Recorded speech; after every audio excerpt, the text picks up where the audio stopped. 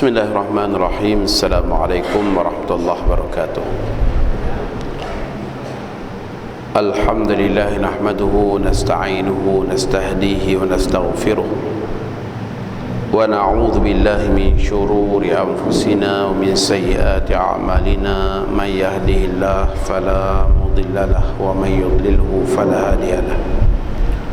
Asyhadu an la ilaha illallah wa asyhadu anna Muhammadan abduhu wa rasuluh wa habibuhu wa khaliluh. Allahumma salli wa sallim ala sayyidina Muhammad wa ala alihi wa ashabihi wa man nasarahu wa walah. Wa ba'du fa ya ibadallah, usikum wa nafsi wa iyaya bittaqwallah faqad fadal muttaqun. Yang dimuliakan Tuan Imam, Tuan Nazir dan seluruh jawatan kuasa masjid, ahbabuna fillah, muslimin dan muslimat, mudah-mudahan dapat rahmat dan keberkatan daripada Allah Subhanahu wa taala. Alhamdulillah, segala puji dan syukur kepada Allah Subhanahu wa taala kerana dengan limpahan rahmat, taufik serta hidayah daripada Allah Subhanahu wa taala, pada malam ini kita dapat sama-sama menaikkan salat fardu maghrib, dapat sama-sama zikrullah, yang mudah-mudahan Allah Subhanahu wa taala menerima amal ubudiyah kita kepada Allah Subhanahu wa taala dan menggolongkan kita tergolong di kalangan mereka yang selamat dalam kehidupan dunia dan juga kehidupan akhirat. InsyaAllah pada malam ini kita akan berbicara berkenaan dengan kesempurnaan solat berjamaah, yang kita akan diskusikan buku solat jamaah, panduan imam dan makmum, yang mudah-mudahan dengan kita diskusikan beberapa perkara yang ada dalam buku ini, tuan-tuan, lebih dekat faham kita kepada ibadat kita dan lebih banyak kita menjaga adab-adab, tertib dan tata susila dalam kita melaksanakan solat berjamaah.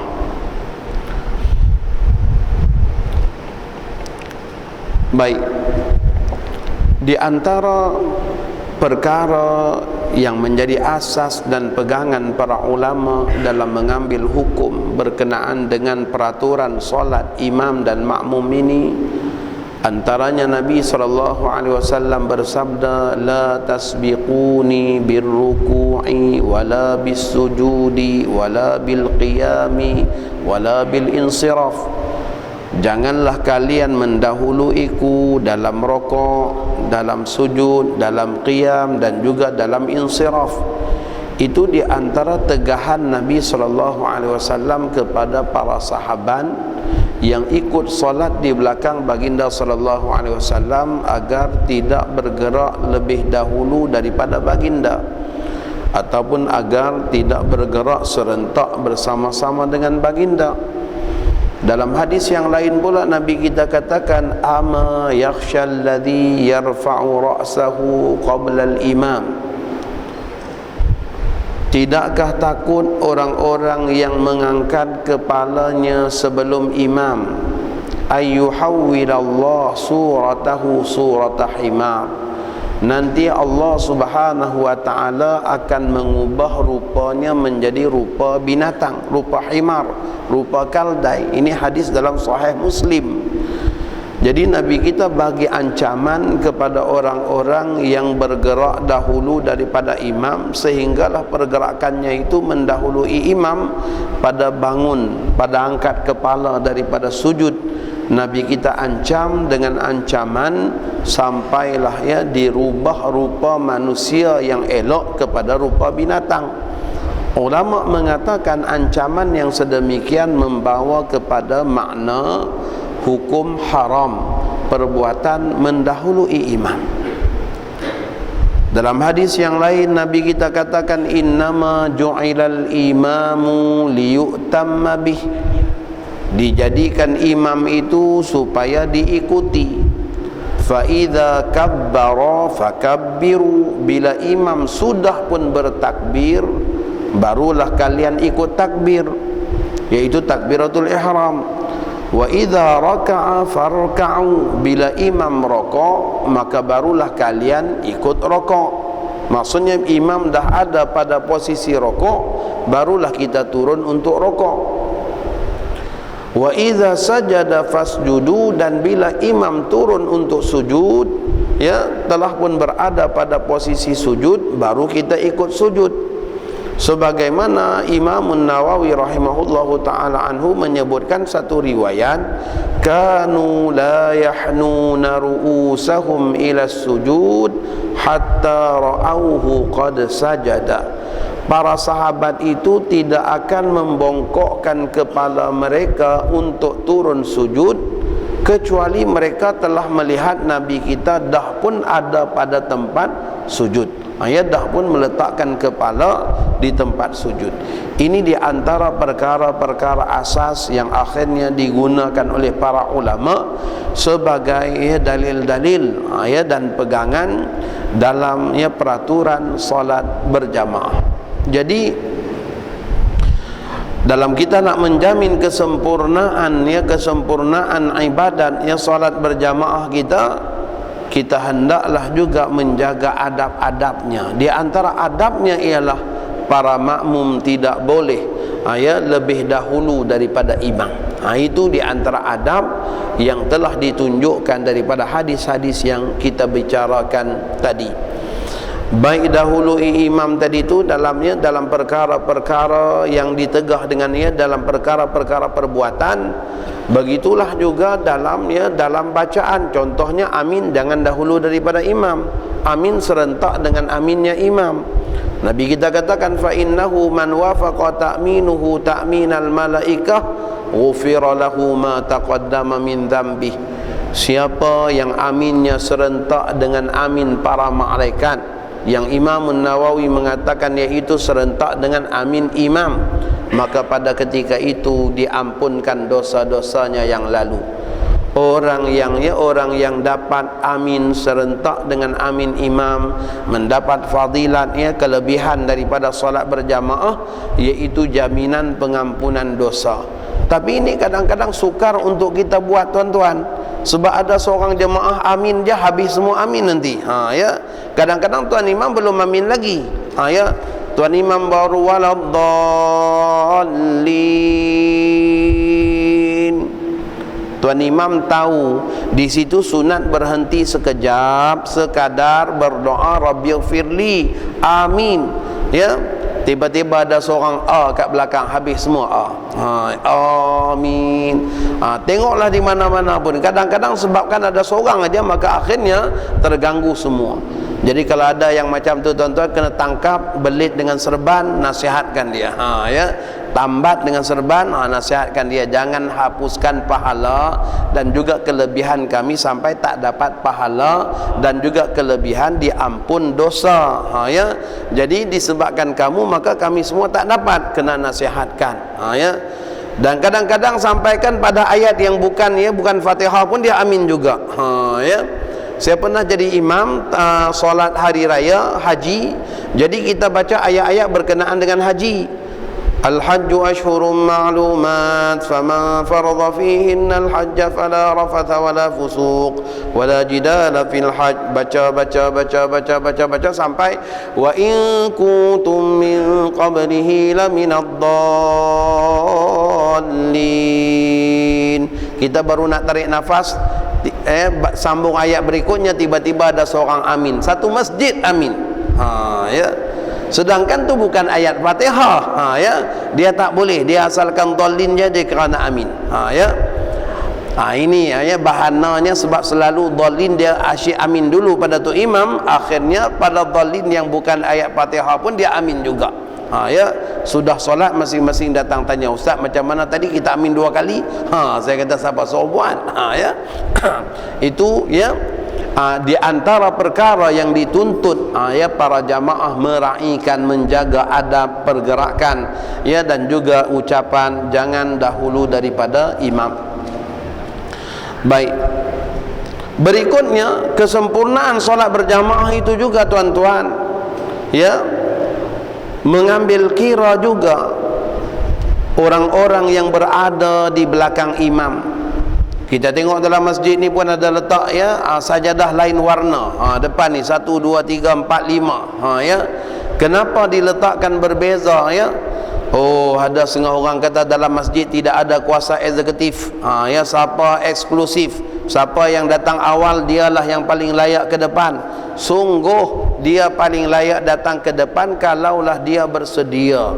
Dan ada kriteria-kriteria yang kita sebutkan dalam kitab kita ni tuan-tuan, kriteria-kriteria orang yang layak untuk menjadi, ya, menjadi orang yang berada benar-benar di belakang imam.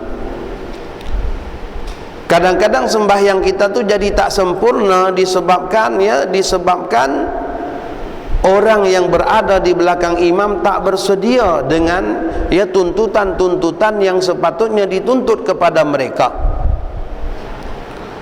Ulama mengatakan ada 3 kriteria utama yang kena ada pada orang yang nak berada di belakang imam.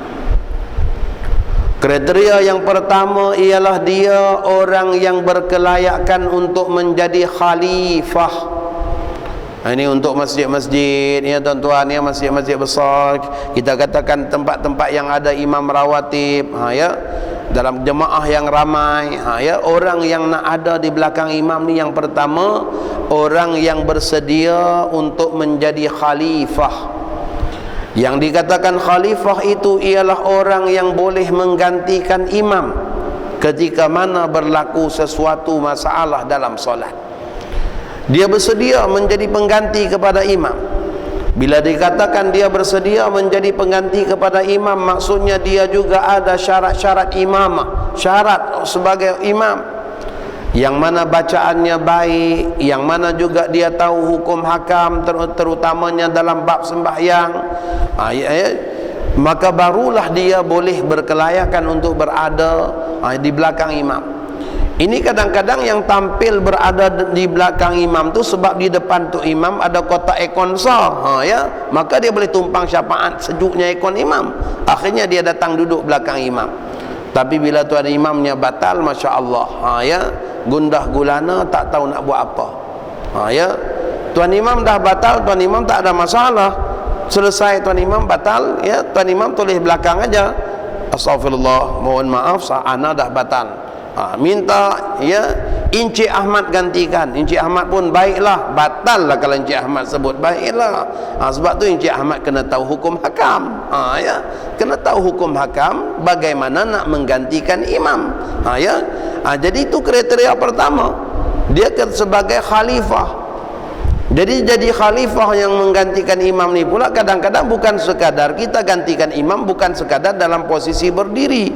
Tuan imam terbatal waktu berdiri, alhamdulillah mudah untuk kita ganti.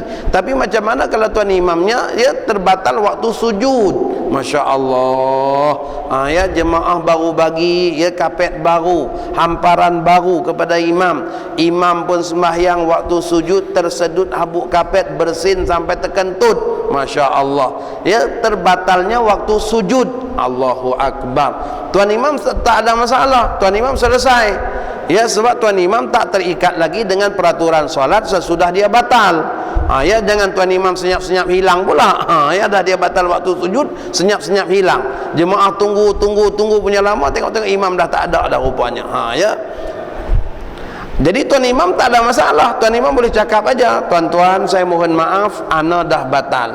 Ya, minta tuan Bilal gantikan. Ya, contohnya. Maka tuan Bilal macam mana nak ganti? Merangkak ke depan, batal kalau merangkak.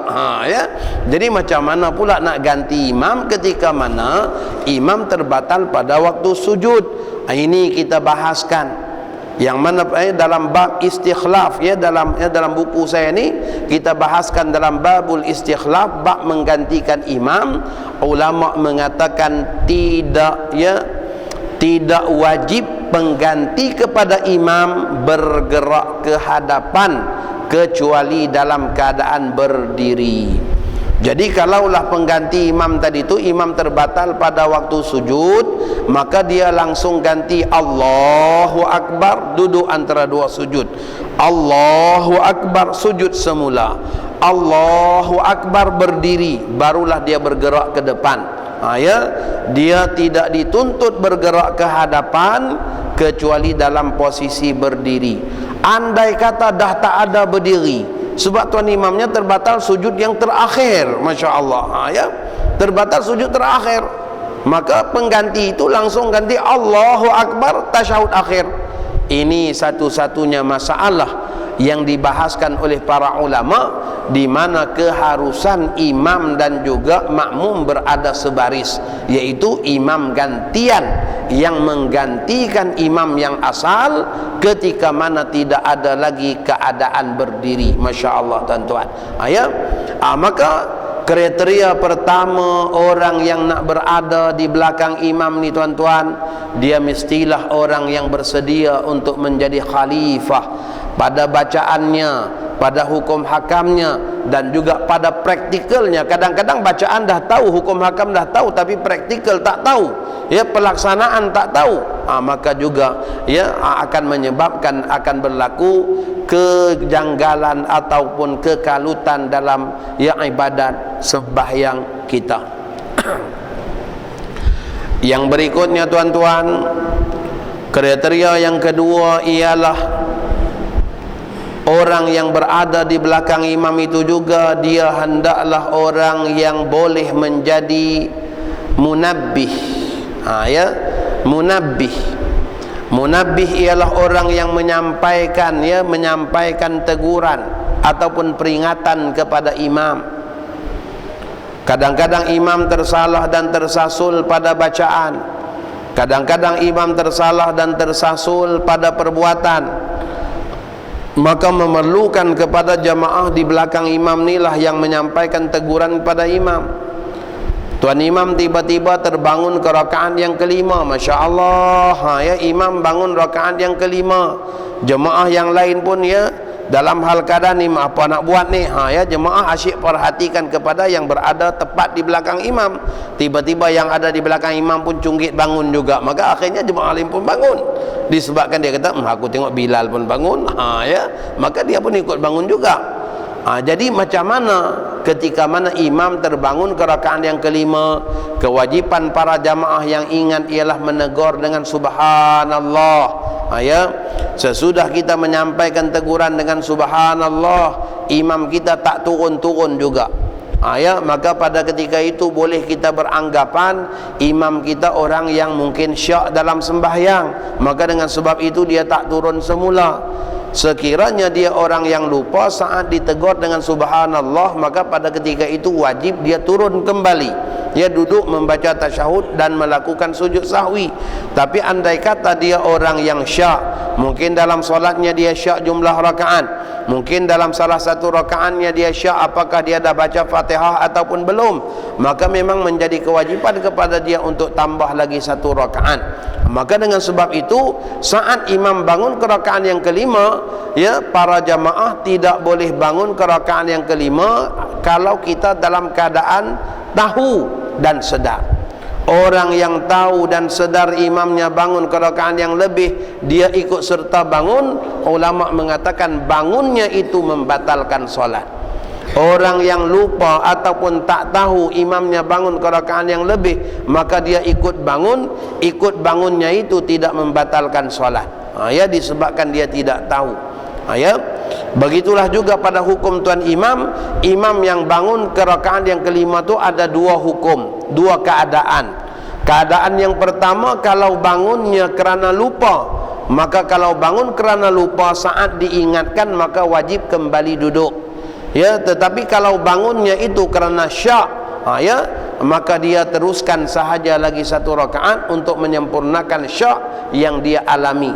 Maka dengan sebab itu makmum yang ada di belakang imam, bila imam kita dah tegur dengan subhanallah, tuan imamnya tak turun juga. Ni selalu berlaku solat asar, solat zuhur, tuan imamnya kita dah tegur subhanallah, mula-mula seorang aja, imam tegak juga, akhirnya subhanallah satu baris, disebabkan merasa kita di pihak yang benar, tuan imam tak turun juga. Akhirnya subhanallah, satu masjid.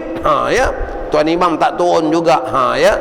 Maka pada ketika itu kita boleh anggap imam yang tak turun itu dia adalah orang yang syak, maka dengan sebab itu dia tak turun. Ya. Maka jamaah yang ada di belakang imam boleh pilih dengan dua pilihan. Satu pilihannya ialah kekal menunggu sehingga imam turun semula, boleh. Satu pilihan yang kedua ialah bermufaraqah, niat berpisah dengan imam, itu juga boleh. Ya, dia niat berpisah dengan tuan imam dan meneruskan sembahyangnya sendirian. Mufaraqah yang sedemikian, kata para ulama, tidak menghilangkan fadilat solat berjamaah. Walaupun dia dah berpisah dengan imam, tetapi dia kekal mendapat fadilat solat berjamaah yang dikatakan lebih baik daripada sembahyang sendirian dengan 27 kelebihan. Ya. Jadi itu hal keadaan para jamaah. Baik. Jadi perlu kepada adanya orang di belakang imam yang mengambil peranan sebagai munabbih, ya, menyampaikan teguran ataupun peringatan kepada imam. Ini kriteria yang kedua, orang yang nak ada di belakang imam. Kadang-kadang munabbihnya itu, tambihnya itu diberikan ketika mana dalam bacaan. Masya Allah, tuan imamnya baca surah sajadah tetapi melompat masuk surah Yasin, makin pergi makin Yasin, makin pergi makin Yasin. Ya, mengharapkan kat belakang tegur, yang belakang pun hafal Yasin aja, pergi Yasin juga akhirnya. Ya, maka kita kalau kita tahu macam tu, pagi Jumaat kita jangan duduk belakang. Pagi Jumaat bagi yang boleh hafal ya surah sajadah yang di belakang, contohnya. Itu persiapan kita untuk menjaga kesempurnaan sembahyang. Kadang-kadang bukan sembahyang yang panjang, sembahyang bacaan yang surah pendek aja. Wattini wazaitun, baca illal ladzina amanu wa amilus solihati wa tawasaw bil haqqi wa tawasaw bis sabr. Tuan imam pun terdiam, terkedu kat situ. Aku baca watin, tapi kenapa penyudahnya wal asr? Ya. Maka perlu kepada bantuan, bantuan munabbih di belakang, orang di belakang yang bantu kepada imam. Maka itu kita katakan yang dikatakan peranan kedua jemaah di belakang imam, yaitu sebagai munabbih. Munabbih juga kena tahu bagaimana menegur. Yang kadang-kadang tambih itu bukan hanya dengan sekadar subhanallah saja. Memang dalam hadis Nabi kita katakan, idza naba ahadukum fi salatihi falyusabbih. Bila seseorang daripada kalian menyampaikan peringatan dalam solatnya, maka hendaklah dia bertasbih sungguh. Menyampaikan peringatan tadi itu dengan tasbih. Tetapi ada keadaannya tasbih tidak memadai. Tuan imam tertinggal surah Fatihah. Ini selalu berlaku dalam solat tarawih. Selalu berlaku dalam solat tarawih. Tuan imamnya dah ingat dah, bangun ni idza jaa nasrullahi wal fath. Dalam sujud yang kedua, ingat bangun ni baca idza jaa. Allahu akbar. Bismillahirrahmanirrahim. Idza jaa nasrullahi wal fath. Subhanallah, ada seorang tegur kat belakang. Tuan imam berhenti sekejap, rasanya aku dah betul. Wa ra'aitan nas yadkhuluna fi dinillahi afwaja. Subhanallah, satu baris. Sebab dah rasa kita di pihak yang benar, makin ramai yang tegur. Tuan imam berhenti sekejap, rasa macam dah betul dah. Sambung lagi. Sambung lagi. Akhirnya satu masjid, subhanallah. Imam tak tahu juga apa salah dia. Sudahnya tuan imam tulis salah apa, batal imam. Batal imam. Sebab apa? Sebab munabbih yang ada di belakang tak mainkan peranan yang sebenar bagaimana menegur imam yang tertinggal Fatihah. Jadi kalau kita asyik subhanallah, dia nak baca tak boleh, kita duk subhanallahkan dia aja, memang akhirnya sama ada dia batal ataupun kita batal. Kalau dia batal, dia tulis tanya aku salah apa. Kalau kita batal, nanti ada yang jerit Fatihah, maka batal sembahyang kita. Nabi kita katakan, inna hadhihi shalah la yuslahu fiha syai'un min kalamin nas. Sembahyang ni, kata Rasulullah, tak boleh ada langsung ucapan manusia. Innamat tasbih, yang boleh hanyalah tasbih, wat takbir, dan takbir, wa qiraatul Quran, dan baca ayat Quran, kata Nabi. Ya, tak boleh nak duk sembang kata jerit Fatihah macam tu, tak boleh, batal sembahyang. Maka dengan sebab itu ulama mengatakan untuk kita beri peringatan kepada imam yang tertinggal Fatihah itu ialah dengan kita membaca surah Fatihah. Subhanallah sekali aja. Imam bangun-bangun, idza jaa nasrullahi wal fath, kita subhanallah alhamdulillahi rabbil alamin, bagi imam dengar, oh aku tak baca Fatihah lagi rupanya. Itu cara untuk kita menyampaikan teguran. Ini menjamin kesempurnaan sembahyang kita ni, tuan-tuan.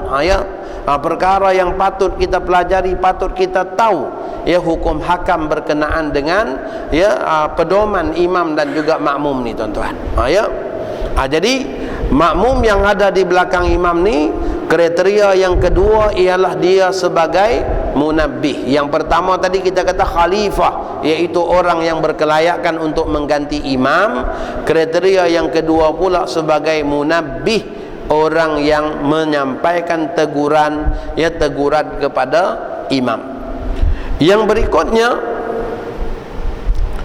kriteria yang ketiga bagi orang yang berada di belakang imam ni juga, tuan-tuan, ialah dia juga orang yang boleh menjadi muballigh.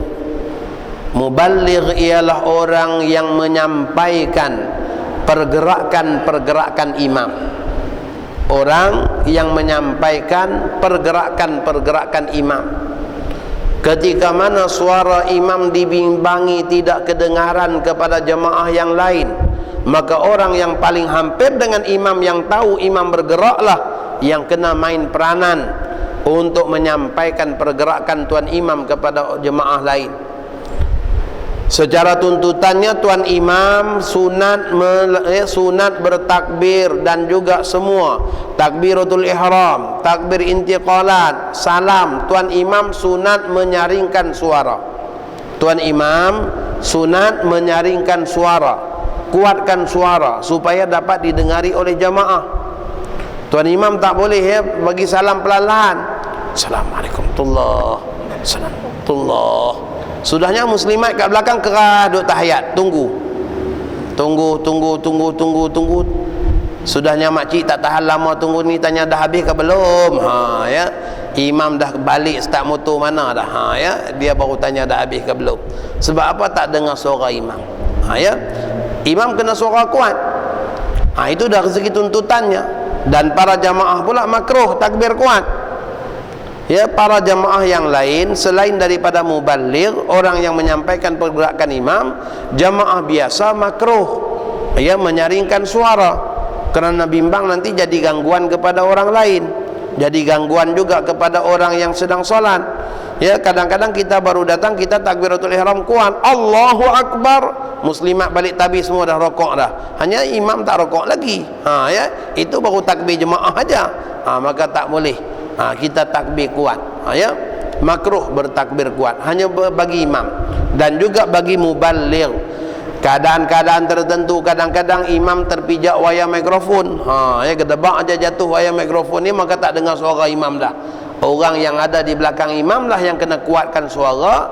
Bahkan ulama mengatakan kalaulah jemaahnya ramai dan dibimbangi tak dengar, maka hendaklah muballigh itu ada dalam setiap saf.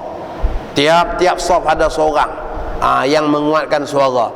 Imam Allahu Akbar, dia pun Allahu Akbar.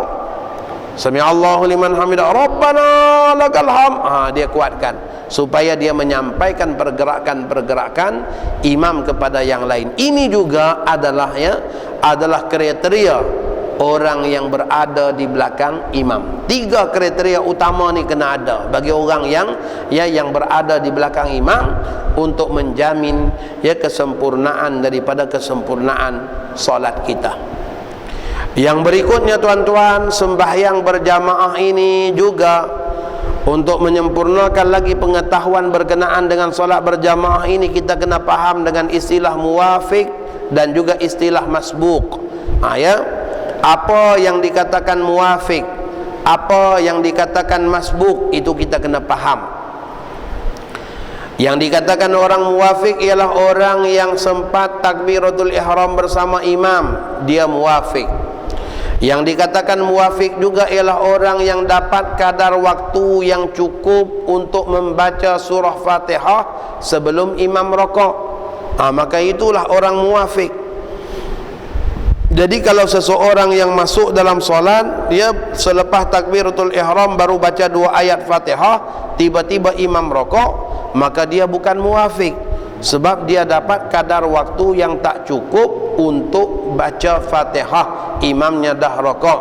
Ya, lawan kepada muwafiq ialah masbuq. Ya, lawan kepada muwafiq ialah masbuq. Jadi makmum itu dianggap makmum masbuq. Ya, bagi orang yang dapat kadar waktu yang tak cukup untuk membaca surah Fatihah, imamnya dah rakaat. Maka hukum berkenaan dengan muwafiq dengan masbuq ni berbeza. Orang muwafiq wajib baca Fatihah. Orang muwafiq wajib baca Fatihah. Beramal dengan hadis Nabi, Nabi kita katakan la salata liman lam yaqra bi Fatihatil kitab. Ya, tidak sah salat bagi orang yang tidak membaca surah Fatihah. Orang tanya kepada Abu Hurairah radhiyallahu taala anhu yang meriwayatkan hadis, ditanya pada Abu Hurairah, apakah kami kena baca Fatihah juga kalau kami solat di belakang imam? Ya, apakah kami kena baca Fatihah juga kalau kami solat di belakang imam? Apakah tak memada dengan Fatihah tuan imam aja? Ya, maka kata Abu Hurairah, in sallaitum khalfal imam faqra'uha, sekalipun kalian solat di belakang seorang imam, hendaklah kalian membacanya, yakni membaca surah Fatihah. Maka dengan sebab itu ulama mazhab kita mengatakan bahawa dituntut kepada makmum muwafiq untuk baca Fatihah. Dia wajib baca Fatihah, tak boleh meninggalkan bacaan surah Al-Fatihah. Yang berikutnya, bagi orang masbuk pula berbeza hukum. Orang masbuk Fatihahnya ditanggung oleh tuan imam. Masya Allah. Ya, yang masbuk Fatihah tuan imam tanggung. Kenapa? Kerana beramal dengan hadis Nabi SAW, man kana lahu imam faqira'atu imam lahu qira'ah. Sesiapa yang mempunyai imam, maka bacaan imam itu adalah ganti kepada bacaannya. Ulama dalam mazhab kita mengatakan bahawa hadis itu adalah berkenaan dengan orang-orang masbuk, sebab orang-orang muwafiq kita beramal dengan 2 hadis yang kita dah sebutkan tadi. Ya, adapun orang masbuk, ya, ulama mengatakan beramal dengan hadis ini, yaitu siapa yang ada imam, maka bacaan tuan imam itu menjadi ganti kepada bacaan dia. Maka dengan sebab itu makmum masbuk, ya, dia tidak boleh berlengah-lengah. Bila imam rakaat aja, maka dia hendak rakaat. Dia tidak perlu lagi, ya, menangguh-nangguh rakaat untuk membaca Fatihah, sebab Fatihah itu sudah tidak dituntut bagi dia. Baik, kita bagi laluan pada azan tuan-tuan, silakan.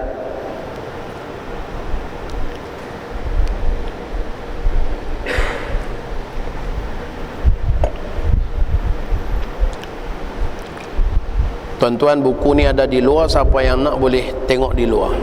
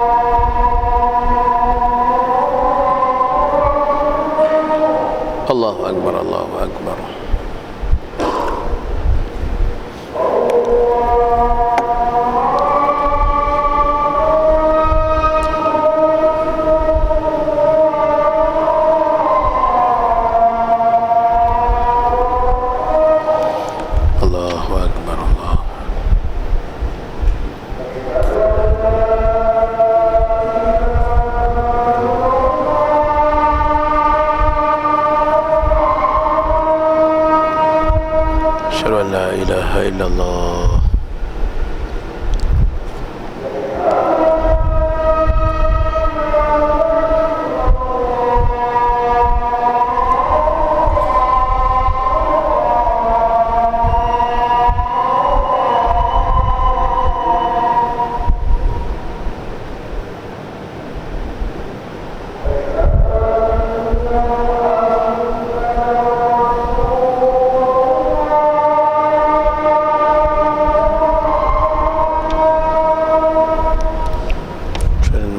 Rasulullah.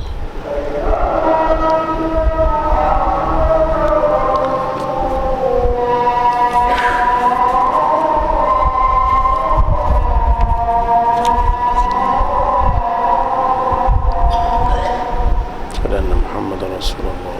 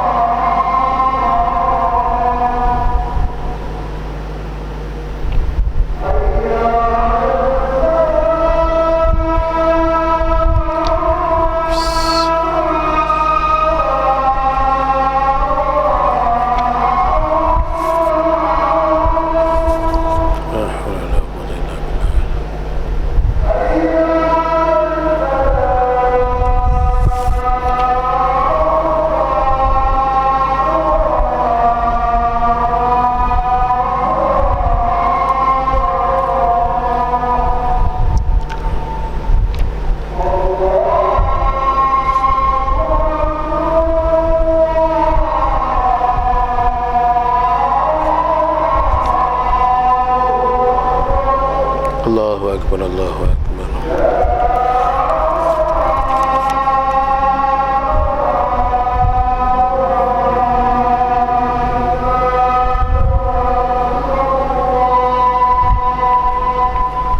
La ilaha illallah Rasulullah sallallahu alaihi wasallam qala fiha innaka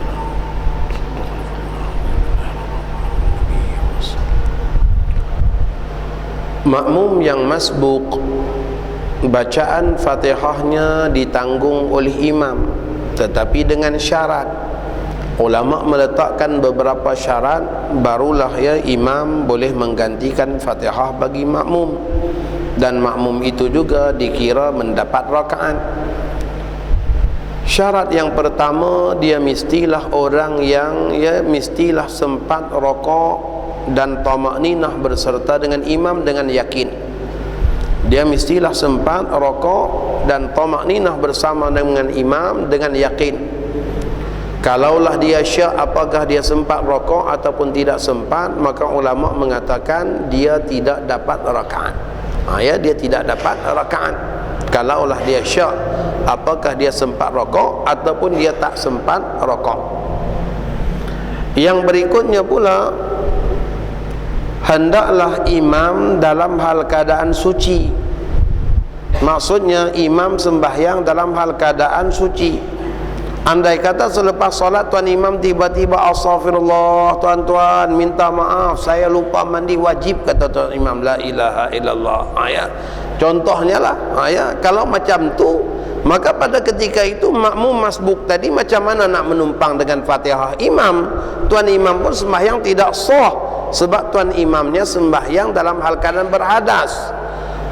Ulama mengatakan untuk masalah imam berhadas, makmum muwafiq solatnya sah, disebabkan dia tidak menumpang dengan bacaan Fatihah imam dan dia membaca Fatihah setiap rakaat. Makmum muwafiq solatnya sah, kerana hadas merupakan perkara yang tidak zahir, yang sukar untuk kita ketahui. Tetapi untuk makmum masbuk, ulama mengatakan sembahyang makmum masbuk apabila jelas imamnya solat dalam hal keadaan berhadas, maka makmum masbuk solat mereka tidak sah. disebabkan mereka menumpang ya dengan Fatihah tuan imam. Ya, bagaimana nak menumpang kalau Fatihah tuan imamnya sendiri solatnya tidak sah. Singgah di mana-mana tempat, ya. Solat maghrib, imamnya seorang anak muda, Masya Allah, baca sedap sungguh, ya. Baca sama macam imam Masjidil Haram. Teringat seolah-olah kita ada depan Kaabah waktu buat umrah 2 tahun lepas. Ya, sudah solat pun kita pun jumpa dengan dia, ucap tahniah lah. Anta baca tadi sedap sungguh, ana nostalgia sungguh, teringat macam mana ada di Masjidil Haram.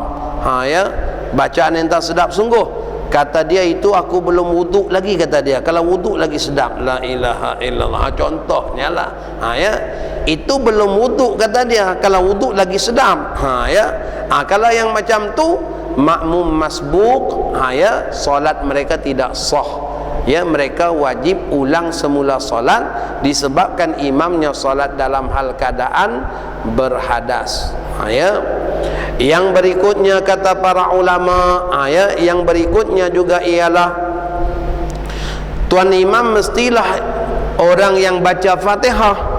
Kalau tuan imam pun tak baca Fatihah, macam mana mereka nak menumpang dengan Fatihah tuan imam? Ya. Jadi macam masalah yang kita bicarakan tadi, tuan imam lupa baca Fatihah, langsung baca surah. Ya.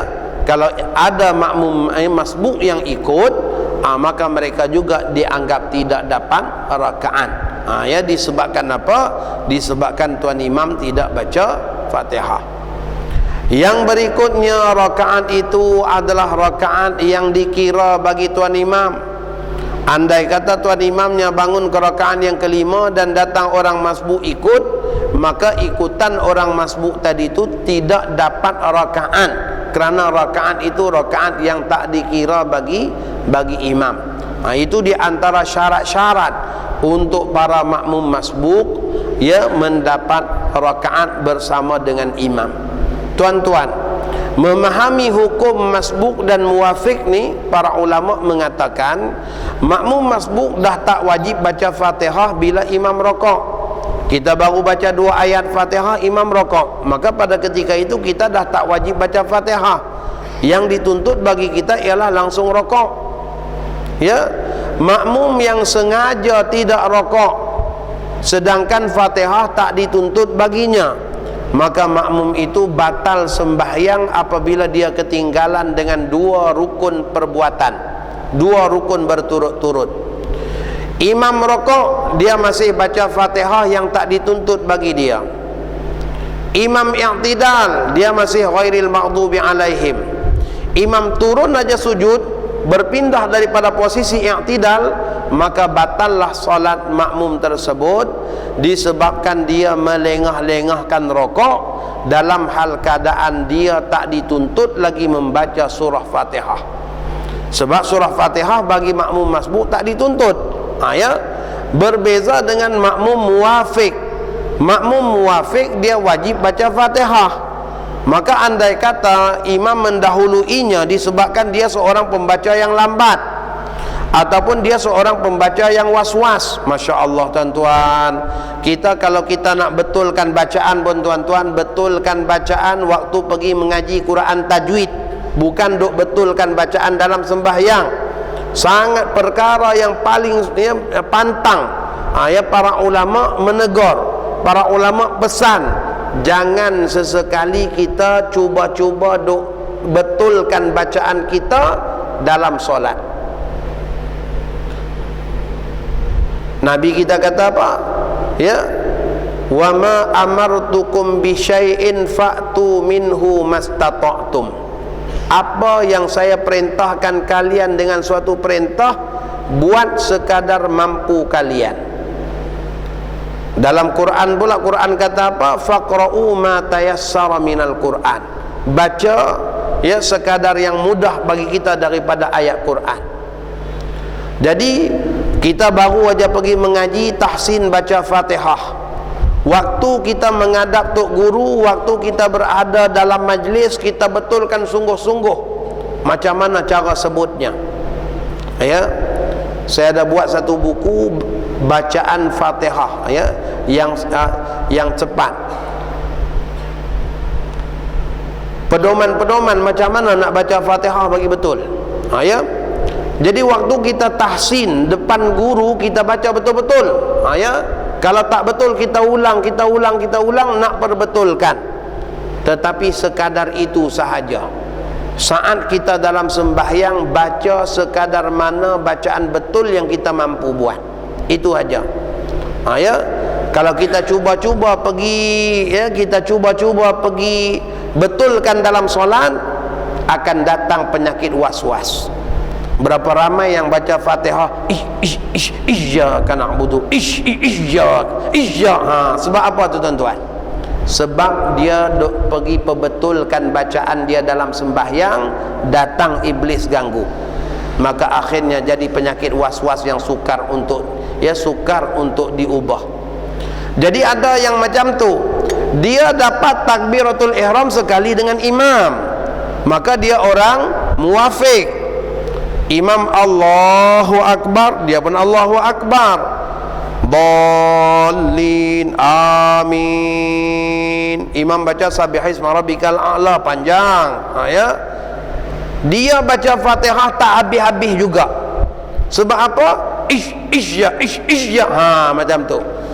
Maka orang yang macam ni, ulama mengatakan dia tetap wajib menghabiskan Fatihah sekalipun imam dah rakaat. Dia tak boleh ambil dengan hukum orang masbuk tadi. Ya, orang masbuk dia datang takbir Allahu Akbar, baru 2 ayat baca imam rakaat, maka dia pun rakaat. Tetapi bagi makmum yang muwafiq, yang dapat waktu yang cukup, maka dia wajib menghabiskan Fatihah. Disebabkan itu, walaupun imamnya rakaat, dia tetap kena habiskan juga Fatihahnya, ya. Dan dia dianggap batal sekiranya tuan-tuan, ya, dia tanpa keuzuran. Ya, bagi orang yang diberi keuzuran, contohnya pembaca yang lambat, orang yang masalah macam tadi itu, dia diberi keuzuran, tak apa.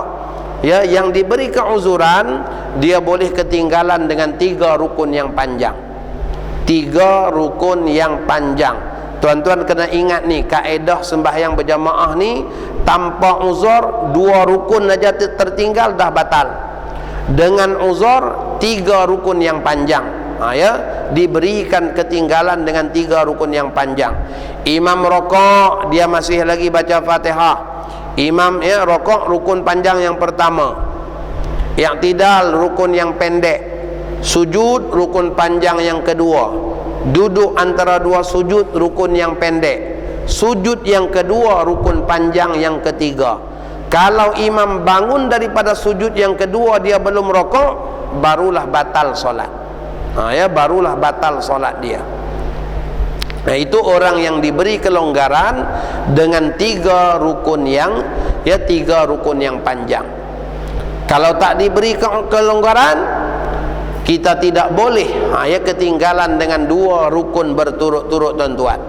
Contohnya makmum yang sengaja melengah-lengahkan rakaat untuk membaca surah, sedangkan surah tak dituntut. Ya, yang dituntut pada jamaah pada makmum baca Fatihah aja. Tiba-tiba ada makmum, mungkin sebab dia hafiz surah Yasin, maka dia nak habiskan surah Yasin kat belakang. Ya, imam Allahu Akbar rakaat, dia duk baca surah Yasin lagi. Contohnya. Maka pada ketika itu batal solat. Ya, imam rakaat dia ketinggalan satu rukun, imam i'tidal dia ketinggalan dengan 2 rukun, imam berpindah daripada i'tidal aja kepada sujud, maka batallah sembahyangnya, kerana dia adalah orang yang ketinggalan dengan 2 rukun perbuatan berturut-turut tanpa uzur. Sebab baca surah tak dituntut bagi makmum. Ya, begitulah juga bagi makmum yang memanjangkan bacaan kunut. Ya, imam selesai kunut, Allahu Akbar, turun sujud. Makmum kat belakang masih lagi duk baca doa kunut, sebab dia baca kunut nazilah panjang. Imam baca kunut pendek, dia baca kunut panjang. Ya, imam sujud yang pertama, dia baru sampai Palestin. Ya, imam duduk antara 2 sujud, dia baru sampai Kashmir. Ya, imam turun sujud lagi sekali, batal sembahyang. Disebabkan apa? Disebabkan dia ketinggalan dengan 2 rukun berturut-turut tanpa uzur kerana berlengah-lengah dengan perkara yang sunat, sedangkan mengikut imam adalah wajib. Itu contoh orang yang ketinggalan dengan 2 rukun berturut-turut yang membatalkan solat. Yang pertama, orang yang sengaja melengah-lengahkan rokok untuk membaca surah tak dituntut bagi dia, yang dituntut baca Fatihah. Yang kedua ialah orang yang berlengah-lengah sujud kerana membaca doa kunut, yang sengaja dipanjangkan. Begitulah juga tadi yang ketiga ialah makmum masbuk yang tak dituntut baca Fatihah, tiba-tiba tak rokok sebab nak habiskan baca Fatihah, sedangkan baca Fatihah itu tak dituntut kepada makmum masbuk. Maka kalau dia ketinggalan dengan dua rukun, maka batal solat. Untuk keuzuran maka dibolehkan sampai 3 rukun. Contoh keuzuran tadi kita dah beri dah, pembaca yang lambat itu diberi keuzuran untuk ketinggalan dengan 3 rukun yang panjang. Yang berikutnya antara keuzuran yang dibenarkan juga ialah orang yang terlupa baca Fatihah, teringatnya pula ketika mana belum rokok. Allahu Akbar, kali pertama masuk ke Masjidil Haram, tengok Kaabah tersergam indah di depan kita, perasaan rasa seronok, rasa gembira, rasa suka, macam-macam perasaan ada. Kemudian yang jadi imam sembahyang pula Imamul Haramain, Imam Sudais pula. Selama ni duk dengar suara di radio Aiki Majani live, Imam Sudais pula jadi imam kat depan, main perasaan lagi kat situ. Imam dah baca Fatihah, baca surah, kita duk layan perasaan juga. Imam Allahu Akbar rokok, baru teringat rupa-rupanya Fatihah tak baca lagi. Kadang-kadang setan yang tolong ingatkan, bang Fatihah belum, kata dia. Yang nak menguntungkan dia, setan kadang-kadang dia tolong kita. Jadi pada ketika itu, kita belum rokok, tuan imam dah rokok, tiba-tiba teringat kita belum baca Fatihah, ataupun tiba-tiba kita syak, apakah aku dah baca Fatihah ataupun belum. Ulama mengatakan wajib baca, dan dia diberi kelonggaran untuk ketinggalan dengan 3 rukun yang panjang sebagaimana contoh yang kita tunjukkan tadi. Maksudnya dia teruskan baca Fatihah sampai habis, walaupun imamnya rokok, i'tidal dan sebagainya, dia adalah orang yang wajib menghabiskan bacaan Fatihah disebabkan dia adalah orang yang muwafiq, iaitu dapat kadar waktu yang cukup untuk menghabiskan bacaan Al-Fatihah.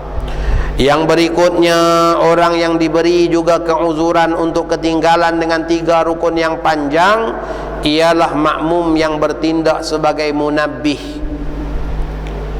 Datang subuh pagi Jumaat, tuan imamnya baca surah Sajadah, kita bila dhalin amin, kita baru baca Fatihah, Bismillahirrahmanirrahim, Alhamdulillahirabbil alamin. Tiba-tiba imam kat depan yang baca surah Sajadah tadi itu termasuk melompat masuk surah Dukhan, la ilaha illallah. Makin pergi makin dukhan, makin pergi makin dukhan, kita duk baca Fatihah. Maka pada ketika itu kita stop Fatihah kita tolong tuan imam. Kita tolong tuan imam patah balik kepada surah Sajadah. Dah ditolong tuan imam jam, tak nampak juga. Akhirnya tuan imam buat keputusan Allahu Akbar, rokok aja. Maka pada ketika itu jadi masalah pada kita. Kita baca Fatihah tadi baru 2 ayat sebab kita tolong tuan imam, tiba-tiba imam rokok. Ulama mengatakan kita adalah orang muwafiq sebab kita daripada awal bersama dengan imam, kita orang muwafiq, kita wajib habiskan Fatihah. Maka pada ketika itu kita diberi kelonggaran untuk ketinggalan dengan 3 rukun yang panjang, disebabkan apa? Disebabkan kita orang yang membantu imam menjaga maslahah solat orang ramai. Jadi kalau makmum yang baca lambat pun diberikan kelonggaran untuk ketinggalan dengan 3 rukun yang panjang, apatah lagi makmum yang menjaga maslahah solat orang ramai. Lebih-lebih lagi dia diberi kelonggaran untuk ketinggalan dengan 3 rukun yang panjang. Tuan-tuan, perbahasan yang terakhir kita ialah berkenaan dengan makmum lambat. Orang yang lambat masuk dalam solat, tuan-tuan, dia tidak dituntut membaca doa iftitah. Yang dituntut langsung baca Fatihah. Jadi kita-kita yang datang lambat selepas imam takbiratul ihram baru masuk dalam solat, ulama mengatakan tak dituntut membaca doa iftitah. Yang dituntut ialah langsung kita baca Fatihah, supaya kita dapat tahu kedudukan diri kita, apakah kita orang masbuk ataupun kita orang muwafiq. Kalau kita selepas takbiratul ihram langsung baca Fatihah dan kita dapat habiskan Fatihah sebelum imam rokok, bermaksud kita memegang hukum orang muwafiq. Tapi andai kata kita masuk takbir Allahu Akbar baru baca 2 ayat Fatihah, imam rokok, maka pada ketika itu jelaslah kita mengambil hukum orang masbuk. Maka dengan sebab itu ulama mengatakan tak sunat baca doa iftitah. Kalau kita baca doa iftitah, nanti akan datang masalah, kita tak boleh nak tahu kita ni orang muwafiq ke orang masbuk. Bahkan kita juga dianggap makmum yang cuai. Dianggap makmum yang cuai dalam mendapatkan bacaan Fatihah. Jadi kalau kita baca doa iftitah, ulama mengatakan kita hendaklah baca Fatihah sekadar masa yang diambil untuk membaca doa iftitah itu. Takbir langsung baca doa iftitah, baru baca 3-4 rangkap iftitah, imam rokok, maka pada ketika itu kita kena baca juga Fatihah, sekurang-kurang sekadar waktu yang diambil untuk kita membaca doa iftitah tadi. Kalau ketinggalan dengan 2 rukun berturut-turut, maka batal solat kita. Jadi ini perkara yang perlu kita ambil maklum, supaya kita dapat menjaga kesempurnaan ibadat solat kita. Banyak lagi sebenarnya tuan-tuan yang saya bahaskan di dalam buku panduan solat berjamaah imam dan makmum ni, lebih daripada 100 masalah berkenaan dengan persoalan-persoalan yang patut kita ketahui. Saya mohon maaf tak sempat semua kita bicarakan, hanya beberapa perkara saja yang kita dapat sebutkan pada malam ini. Tuan-tuan yang berhajat nak dapatkan buku ni boleh dapatkan di luar sana nanti, supaya dapat jadi pedoman pada kita untuk rujukan pantas, tuan-tuan. Kadang bila ada masalah aja, barulah sibuk nak tanya sana sini, sebab kita tak ada rujukan. Kena imam kena penampar hari itu aja berapa ramai yang batalkan solat. Kes imam kena penampar hari itu. Sedangkan yang terbatal tu tuan imam aja. Makmum tak batal. Makmum tidak batal. Sepatutnya tindakan yang dibuat ialah tuan imam langsung takbir semula, sebab makmum tak batal. Bukan kita solat semula. Sepatutnya takbir semula. Tetapi mungkin disebabkan ialah kita katakan perkara itu pun kejadian yang sangat-sangat ganjil dan aneh. Mana ada pernah kejadian imam kena penampar.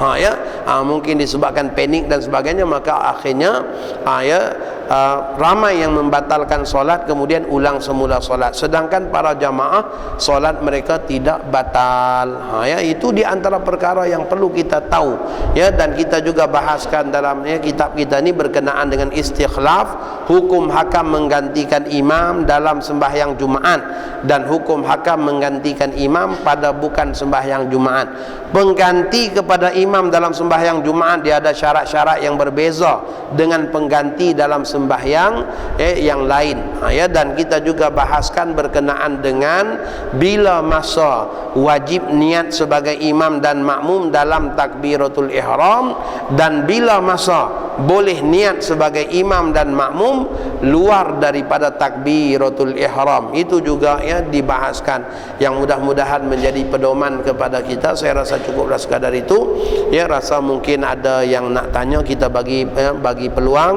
Takut nanti kata ustaz tak bagi peluang pula. Ya, kita bagi peluang dalam seminit dua kalau ada pertanyaan. Tuan-tuan, saya nak datang ke sini mengambil masa tadi 1 jam 20 minit. Ya, saya datang daripada Bukit Sentosa, ya, nak sampai ke sini dalam 1 jam 20 minit, mengambil masa yang agak lama. Jarak perjalanan 60 km untuk dekat dengan tuan-tuan. Tapi bila sampai sini saya tengok masih tuan-tuan masih lagi duduk jauh daripada saya. Patutnya tuan-tuan datang duduk dekat-dekat, sebab saya mengambil masa yang sangat jauh untuk dekat dengan tuan-tuan, dan juga mengambil masa yang sangat lama ya untuk dekat dengan tuan-tuan. Kadang-kadang itu pun salah satu daripada penghargaan tuan-tuan kepada guru-guru kita yang datang mengajar saat kita datang duduk dekat, kerana mereka mengambil masa yang sangat jauh untuk mendekatkan diri kepada kita. Ya, dan ni masing-masing ni balik nanti ya dah boleh makan dan tidur aja. Saya mungkin tak sampai rumah lagi. Ya, tuan-tuan dah boleh tidur, saya belum sampai rumah lagi, masya-Allah. Ya.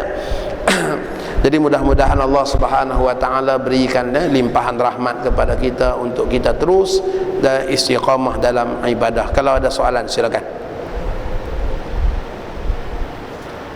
Muslimat nak tanya mungkin tak dengar, boleh tulis ke apakah?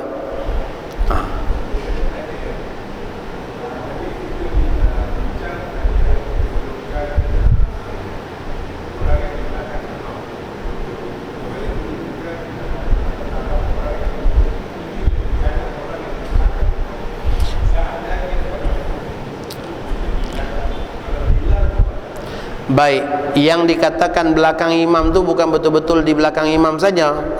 Dia 4 orang ataupun 5 orang di belakang imam. Semua 4 ataupun 5 orang belakang imam tu mempunyai kriteria yang kita sebutkan tadi.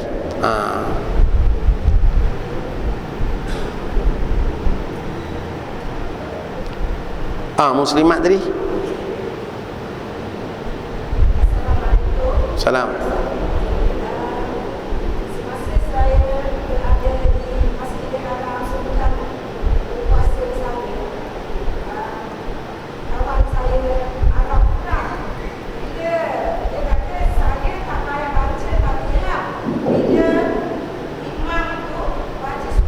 Kenapa orang kata Fatihah sedangkan imam dah baca surah? Saya memang tahu kita baca Fatihah. Baik, itu mengikut pandangan daripada mazhab lain. Adapun mazhab kita, saya dah jelaskan tadi dalil-dalil dan hujahnya. Dalil-dalil dan hujahnya juga jelas dan ketara, di mana kita ada hadis-hadis yang menjadi pedoman.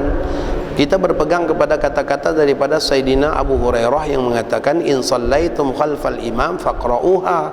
Sekalipun kalian salat di belakang imam, kalian dituntut membacanya, sebab para sahabat juga turut serta membaca ayat Fatihah di belakang Rasulullah sallallahu alaihi wasallam.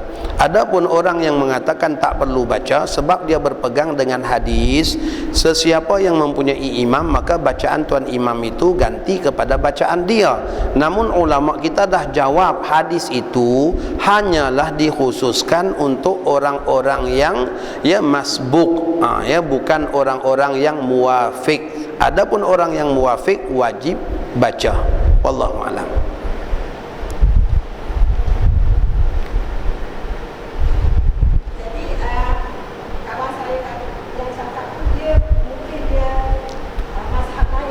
Memang mazhab lain lah kalau macam tu. Ya.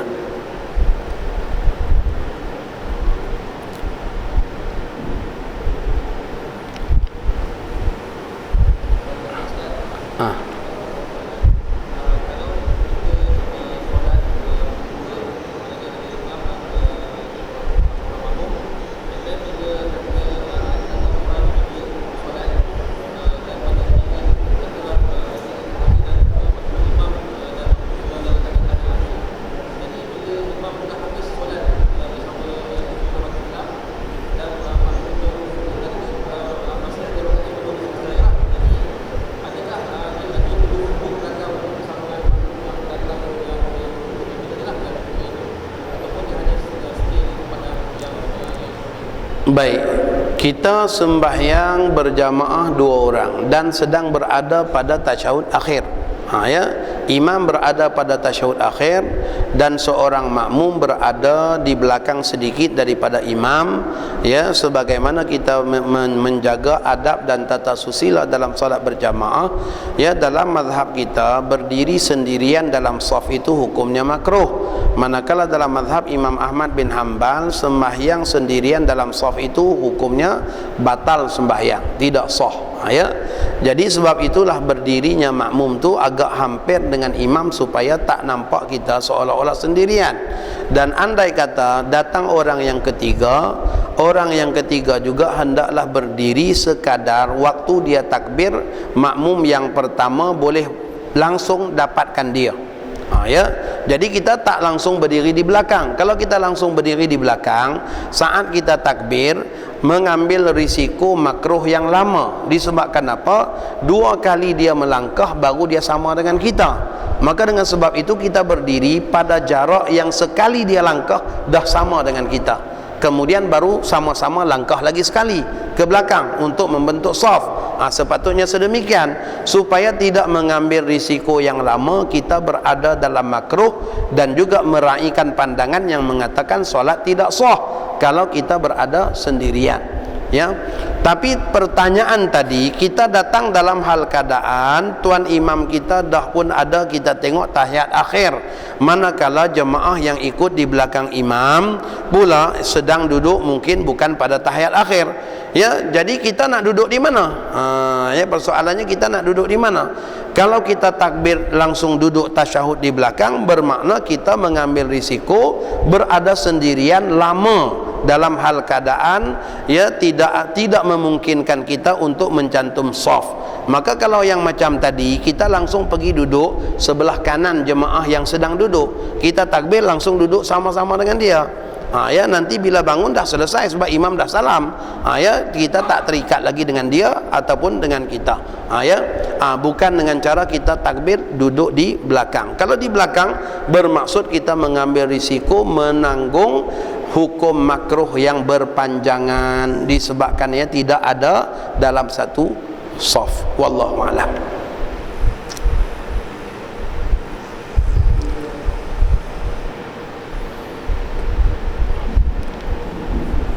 Ada lagi? Terakhir. Imam nanti.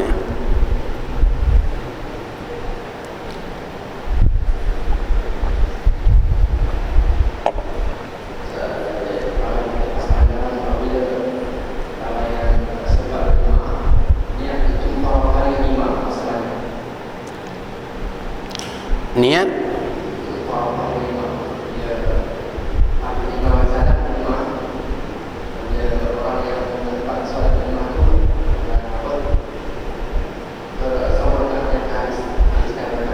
nak menyambung rakaat.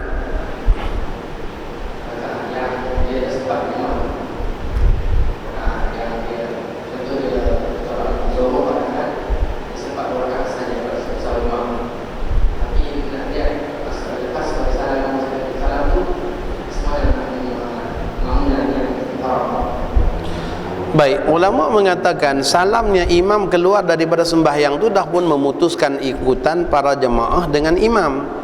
Dah memutuskan makmum tadi tu dengan imam. Jadi tidak perlu lagi makmum niat mufaraqah.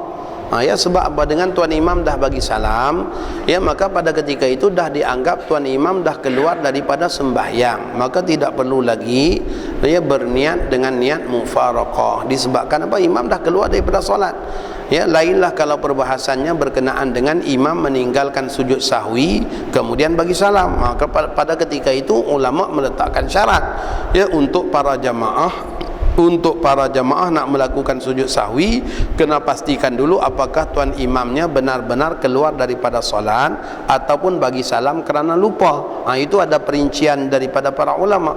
Tetapi kalau memang dah pada penghujung sembahyang, imam bagi salam memang keluar daripada sembahyang, pada ketika itu makmum dan imam ulama katakan dah pun terputus dengan salamnya tuan imam. Jadi tidak perlu lagi dengan niat mufaraqah. Ya, kalau ada yang nak niat mufaraqah pun maksudnya hanya sekadar lintasan hati untuk berpisah dengan imam aja. Ya, mufaraqah ni tuan-tuan ialah perbuatan ataupun ya ingatan seorang makmum nak berpisah dengan imam. Itu panjang bab mufaraqah ni, sebab mufaraqah ni ada 3 macam. Mufaraqah pertama dibahagi 2 dulu, mufaraqah dengan izin, mufaraqah tanpa izin. Mufaraqah dengan izin kekal pahala dan fadilat solat berjamaah. Mufaraqah tanpa izin hilang langsung pahala seperti sembahyang sendirian. Itu mufaraqah tanpa izin. Mufaraqah dengan izin pula terbahagi kepada 3. Mufaraqah kerana nak cepat, mufaraqah kerana nak fadilat, mufaraqah kerana berbeza pendapat. Jadi ada 3. Mufaraqah kerana nak cepat, sebab dia nak cepat, ya imamnya lambat, maka akhirnya dia niat mufaraqah. Mufaraqah kerana nak fadilat, imamnya tak buat tahiyat awal, dia nak buat tahiyat awal. Kalau dia duduk buat tahiyat awal tanpa dia niat mufaraqah, maka sembahyangnya batal. Maka pada ketika itu dia kena niat mufaraqah untuk buat tahiyat awal kerana nak mengambil fadilat tahiyat awal. Itu mufaraqah kerana ya nak mengambil fadilat. Mufaraqah kerana berbeza pendapat pula ialah apabila pada pengamatan imam, pada pengamatan makmum itu ya secara zahirnya solat tuan imamnya tidak sah, maka pada ketika itu dia wajib bermufaraqah. Mufaraqah kerana berbeza pendapat. Pada pendengarannya tuan imam seolah-olah baca Fatihah tak cukup huruf. Bismillahirrahmanirrahim, rasa-rasa macam tak ada huruf ba. Imam Nawawi kata surah Fatihah ada 141 huruf, termasuk huruf-huruf dalam bismillah. Jadi meninggalkan satu daripada hurufnya saja membatalkan Fatihah, membatalkan salat. Begitu juga surah Fatihah ada 14 sabdu. Tiba-tiba kita dengar macam tuan imam baca tak ada sabdu. Maka pada ketika itu mungkin pendengaran kita aja, tak pada pendengaran orang lain. Maka dengan sebab itu kita yang merasakan sedemikian wajib bermufaraqah. Namun mufaraqahnya kerana berbeza pendapat, pendapat kita dengan orang lain, wallahu a'lam.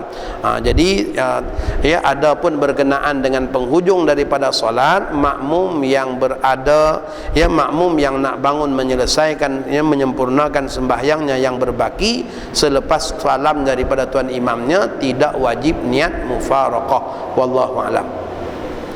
Allahumma ja'al jam'ana hadha jam'an marhuma wa tafarruqana min ba'dihi tafarruqan ma'suma wa la taj'al fina wa la ma'ana syaqiyyan wa la matrudan wa la mahruma.